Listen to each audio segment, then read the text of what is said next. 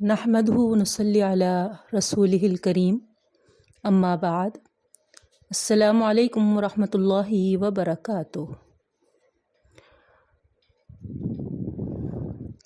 ربی زدنی علما وارزقنی فہما، رب اشرح لی صدری ویسر لی امری واحلل عقدۃ من لسانی یفقہوا قولی، آمین یا رب العالمین۔ الحمدللہ، رحمتوں اور مغفرتوں کے عشروں کو گزار کر ہم نار جہنم سے نجات حاصل کرنے کے عشرے میں داخل ہو چکے ہیں۔ آج 21واں روزہ ہے اور 21 پارے کے عملی نکات آپ کے سامنے ہیں، ملاحظہ فرمائیے۔ اعوذ باللہ من الشیطان الرجیم، بسم اللہ الرحمن الرحیم۔ اتل ما اوحی الیک من الکتاب واقیم الصلاۃ۔ پارے کے آغاز میں ہی اللہ تعالیٰ دو باتوں کی ہدایت فرمائی: قرآن کی تلاوت کیا کرو جو وحی کے ذریعے نازل کیا گیا ہے، اور نماز قائم کرو جو فحش اور برے کاموں سے روکتی ہے۔ یہ دو چیزیں ایسی ہیں کہ اگر وہ ٹھیک طور پر ادا ہوں تو مومن میں وہ مضبوط سیرت اور زبردست صلاحیت پیدا ہوتی ہے جن سے باطل کا ڈٹ کر وہ مقابلہ کر سکتا ہے۔ تلاوت کا تعلق عام تبلیغ و دعوت سے ہے اور نماز مسلمانوں کی جماعتی زندگی کی تربیت سے ہے۔ تبلیغ و دعوت کی ہدایت کے ساتھ اللہ تعالیٰ اس بات کا بھی حکم فرما رہا ہے، رب العزت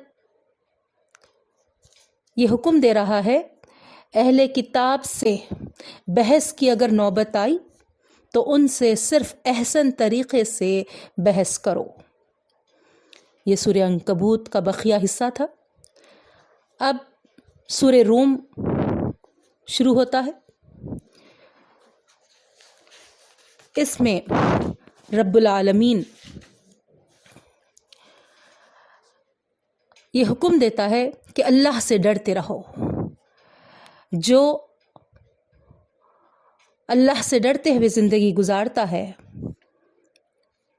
وہ کامیاب ہو سکتا ہے۔ نماز قائم کرو۔ نماز خدا پرستی اور خدا ترسی کی عادت پیدا کرتی ہے، اور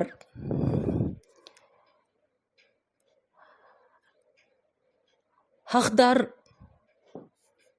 جو لوگ ہوتے ہیں ان کے حقوق ادا کرو۔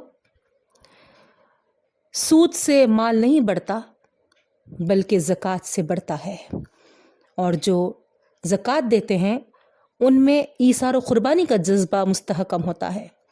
متاع دنیا کی محبت دبتی ہے، رضا الہی کی طلب ابھرتی ہے۔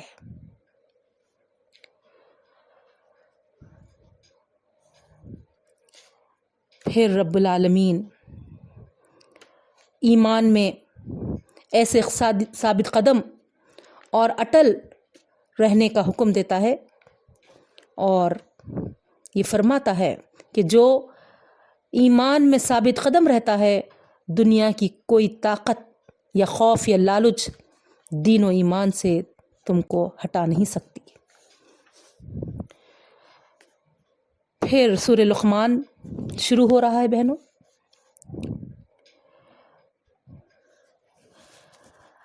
یہاں ہم عملی نکات لقمان حکیم کے زبانی جو انہوں نے اپنے بیٹے کو نصیحت فرمائی دیکھیں گے۔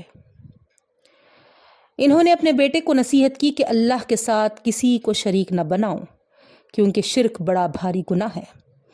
پھر اللہ تعالیٰ نے انسان کو یہ بھی تاکید کی ہے کہ وہ اپنے والدین کا حق پہچانے، اور یہ فرماتا ہے ساتھ میں رب العالمین، لہٰذا میرا بھی شکر ادا کرو اور اپنے والدین کے بھی شکر گزار بنو۔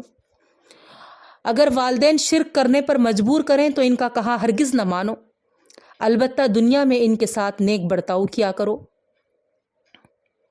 پھر لقمان حکیم نے یہ بھی کہا، بیٹا نماز قائم کرو، نیکی کا حکم دیا کرو اور بدی سے منع کیا کرو، اور مصیبت میں صبر کرو، یہ بڑے حوصلے کے کام ہیں۔ اور لوگوں کے ساتھ بے رخی سے بات نہ کیا کرو، زمین پر اترا کر نہ چلو، بے شک اللہ تعالیٰ اترانے والوں اور فخر کرنے والوں کو پسند نہیں کرتا۔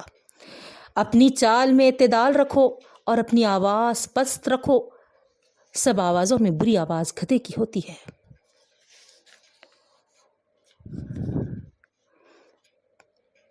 پھر